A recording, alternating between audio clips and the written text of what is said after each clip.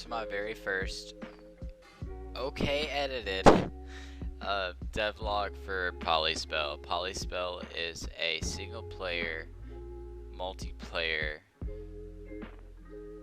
Titan based defense survival game. That's the best way I could put it. Today I'm just gonna kind of go over a few things that I've been working on, including modular building, what armor crafting, player death, just kind of stuff like that. So let's go check out this flowchart that I've been working on. So this is the flowchart for the progression state in Polyspell. So you start out with nothing, and you kind of start out. You craft a club, and the club gives you access to cutting down trees. Although the club's durability is super low, so you kind of have to repair it every now and then. But the way it's set up is you're gonna be able to craft a stronger tool when you start out with the club, so you don't have to repair it over and over again. But it does kind of create a tap for the player in the progression state. And there's a good YouTube video about it, the taps and the stuff in the description. But essentially, so you'll see, each thing will grant you access to create different objects, tools, and structures, and different workbenches, so to speak. So what'll give you access to a workbench, and a workbench will give you access to creating storage. It'll give you access to getting the ore or it's called hard ore for now, to give you a pickaxe. Pickaxe will let you create let you get a furnace and iron, and then the workbench will also, if you want to go in the direction of range, you can also get a bow with the workbench. And then, but if you go back to the tap, the beginning, it gives you access to like Grover, and so you can find Grover kind of throughout the world. And the Grover will allow you to create a cauldron, which will allow you to create potions, basic charm material, which is used for staffs, magic turrets, and a spell crafting station. A spell crafting station will allow the player to create spells, and the spells actually go onto the staffs themselves. So each staff has a spell slot. So the spell slot is kind of, you can choose and pick what sort of spell you want to be using. Like, do you want to be using an area of effect, so you heal all the players around you, or do you want to summon skeletons that fight alongside you?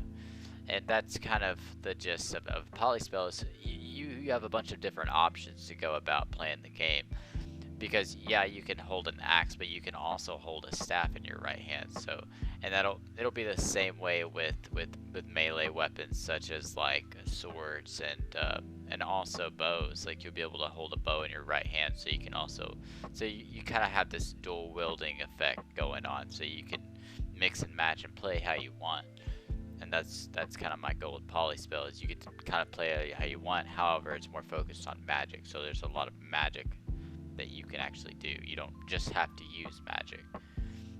And then if we look over here, I kind of have started on the different titans. Like right now I just have a forest and an ocean titan, and they drop their kind of corresponding charm materials. Forest titans drop forest charm materials, and ocean charm materials. So the first titan that you'll ever come across will be a forest titan. It'll give you, the material will let you craft fire turrets and boats. Boats will allow you to go to different islands, which will kind of be progression locked. So if you can go to an island after you create a boat, but some islands will be harder than others, so there will be different enemies that are a little bit harder. So, but also there will be different material there that will give you access to more material, or different items and weapons and such. And that's kind of like how I want the progression way to go. So the longer you play, the titans are going to become progressively harder. Like, the forest titan isn't just going to be a forest titan, it's going to be like a hardened forest titan. Or an ocean titan will be a hardened ocean titan, and so on. The player is also able to find, like I was explaining a little bit earlier, the player is also able to find these iron ore nodes, and he can break them. You actually need a pickaxe, or right now I kind of have it set up to where if you have a staff, the staff, if it does enough damage, it can destroy the rock as well. This gives the player iron ore. You can craft a furnace and turn those iron ore into iron bars, and you can craft armor with that. And right now it's just called plate armor, but this is actually iron armor, and you can equip it and you can take it off, and when you die you drop it. It's just a super simple system, and it does actually increase the player's defense against these skeletons that are in the world as well. And that was kind of showing that you can destroy the ore. The skeletons are kind of wacky. I mean, they kind of run at the player. They can damage the player as well.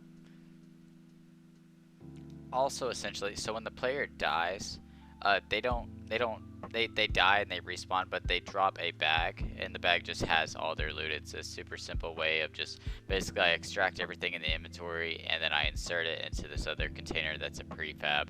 I've kind of been debating keeping the bag on the player, like kind of so you can see the bag before it just spawns out of nowhere, and you're like, where did this bag come from? I think I'm probably going to go in that direction, but we'll have to see what that looks like actually on the player. Alright, so this is kind of just a prefab of one of the modular building types that you can create. And so how I have it set up is each prefab has these different ports connected over the object. So each port on each object is going to connect to each port by a port identifier. And this is all from the Ultimate Crafting system that I am using. That makes it a lot easier as a solo developer to set up these systems. So I think in the future maybe I'll create my own, but this works for right now. So I use scriptable objects to determine the port identifier.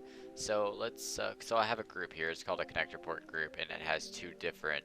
So it can take a floor in or a floor out. So how this works is, so like let's say we have this object here, and we rule, I can't control C, control V, but how it'll work, so this port will connect to this port, so it's kind of sets up like kind of a grid system, so it's easy to set up the modular building. Also, each of these has a script that I use. I call it rock damageable. I got lazy and just used the same script I use for my iron ore. And how it works is, so it has a method of damaging. So I set up a health, how strong it is, and this is just a transform for creating particles, and is LOD. So most of like my iron ore prefabs or models, they have LOD set up on them.